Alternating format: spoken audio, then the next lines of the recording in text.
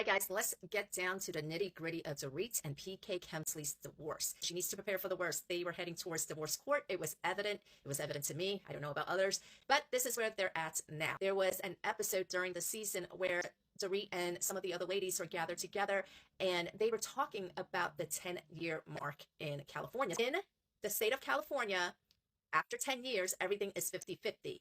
PK wanted to separate before the 10-year mark because while they were filming the current season that just aired, it was still at the 9-year mark. He was trying to get the ball rolling so that it wouldn't get to the 10-year mark. Dorit filed for divorce right after the 10-year mark passed. So that is where they are now.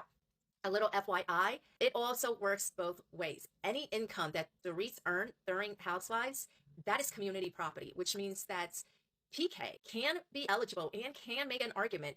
Dorit, in her filing, she is asking for full custody of the children as well as spousal support. So I'm not even sure what it is that the man does. I know, like, at one point he was managing Boy George from Culture Club. Oh, who knows what it is that he actually does. But there is now a restraining order on all assets, which means that nothing can be moved around. No large chunks of money can be transferred here or taken there or whatever else. Once the divorce petition is filed, there is a restraining order on all assets, which means that all assets, tangible or otherwise, are frozen. Okay, let's talk about Dorit's house. A lot of people said that, she doesn't have money like that. And look, she probably doesn't have money like that, but she probably also has more money than you or me watching this video. It's not a rental. Court documents shows that the house is owned. It is mortgaged, but it is mortgaged under a LLC with Dorit's name. Now, that's not unheard of. A lot of times when people of Dorit and PK's status, when they have money, when they have status like that, a lot of times they will put a lot of property under an LLC just for liability reasons and for tax purposes and yada, yada, yada. PK had borrowed against the Boy George brand.